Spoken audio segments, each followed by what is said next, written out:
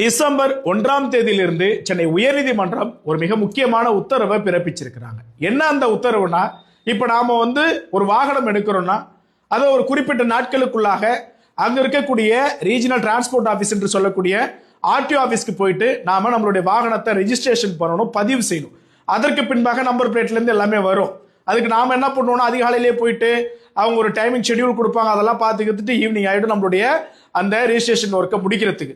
So இப்போ என்ன உயர்நீதிமன்றம் ஒரு உத்தரவு பிறப்பிச்சிருக்கிறாங்கன்னா, உங்களுடைய ஓன் பர்பஸ் வெஹிக்கிளா இருக்குல்ல, உங்களுடைய சுய தேவைக்கு உங்களுடைய தேவைக்கு எடுக்கிறீங்கல்ல, வாகனமா இருக்கட்டும் காரா இருக்கட்டும், இதற்கெல்லாம் நீங்க இதுக்கு மேற்பட்டு ஆர்டிஓக்கு போக தேவையில்லை, ஆர்டிஓ ஆபீஸ்க்கு போக தேவையில்லை.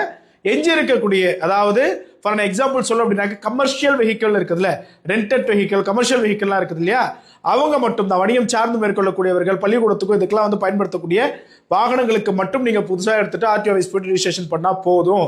மீதம் இருக்கக்கூடியவங்க யாரும் பண்ண தேவையில்ல. சரி, யாரும் பண்ண தேவைன்னா எங்க கிடைக்கணும், ஒரு பைக் எடுக்கிறேன், எனக்கான ரிஜிஸ்ட்ரேஷன்ல எங்க நான் பண்ணணும் அப்படின்னாக்க, உங்களுடைய ஷோரூம்லயே நீங்க எங்க வண்டி எடுக்கிறீங்களோ உங்களுடைய ஷோரூம்லயே நீங்க உங்களுடைய தேவையான டாக்குமெண்ட்ஸ் எல்லாமே சப்மிட் பண்ணிட்டு உங்களுடைய ஆர்சி புக்ல இருந்து எல்லாத்தையுமே நீங்க வாங்கிக்கலாம். ஸோ இதுக்கு மேற்பட்டு யாருமே, அதாவது கமர்ஷியல் வெஹிக்கிள்ஸ் வணிகத்துக்கு சார்ந்து இருக்கக்கூடியவங்க எல்லாம் ஆர்டிஓ ஆஃபீஸ் போகணும். ஓன் பர்பஸ் சுய தேவைக்கு எடுக்கக்கூடியவர்கள் இனி ஆர்டிஓ ஆஃபீஸ்க்கு போக தேவையென்ற நீதிமன்றத்தினுடைய உத்தரவு என்பது இன்றிலிருந்து அமலாகிறது. எனவே இதை அனைவருக்கும் பகிருங்கள். நன்றி, வணக்கம்.